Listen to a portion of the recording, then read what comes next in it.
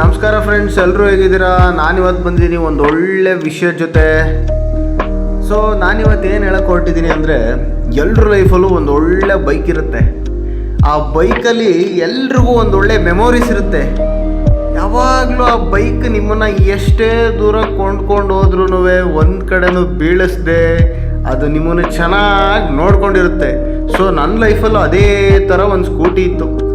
ನಾನು ಆಲ್ಮೋಸ್ಟ್ 4-5 ವರ್ಷ, ಅದು 2011 ಮಾಡಲ ಆಕ್ಸೆಸ್ಸು, 4-5 ವರ್ಷ ಸ್ಕೂಟಿನ ಓಡಿಸಿದ್ರು ಒಂದು ದಿನ ನಾನು ಬೀಳ್ಸಿರಲಿಲ್ಲ. ತುಂಬ ಸಲ ಪೆಟ್ರೋಲ್ ಇಲ್ಲದೆ ಅಂತೂ ನಿಂತಿದೆ. ನಮ್ಮ ಹುಡುಗರೆಲ್ಲ ಅದನ್ನು ಓಡಿಸಿದ್ಕಿಂತ ಟೋ ಮಾಡಿದ್ದೆ ಜಾಸ್ತಿ.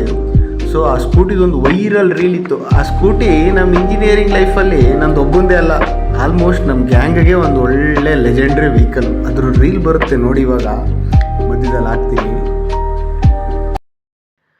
ಸೊ ನೋಡಿ, ಇದೆ ನಾನು ನಮ್ಮ ಇಂಜಿನಿಯರಿಂಗಲ್ಲೇ ಇಟ್ಕೊಂಡಿದ್ದು ಒಂದು ಗಾಡಿ. Stand, double stand. ಆ ಒಂದು ಕೀ ಒಂದು 120 ಜನಗಳ ಕೈಯಲ್ಲಿ ಓಡಾಡಿದೆ. ಗಾಡಿ ತೊಳೆಯೋ ಮಾತೇ ಇಲ್ಲ, ಅಷ್ಟೊಂದು ಧೂಳು. ಈ ವಿಡಿಯೋ ಮಾಡುವಾಗ ಆಲ್ಮೋಸ್ಟ್ 20 ಜನ ಇದ್ವಿ ನೋಡಿ. ಸೈಕಾಗಿ ನಾನೇ ಡ್ರೈವರು.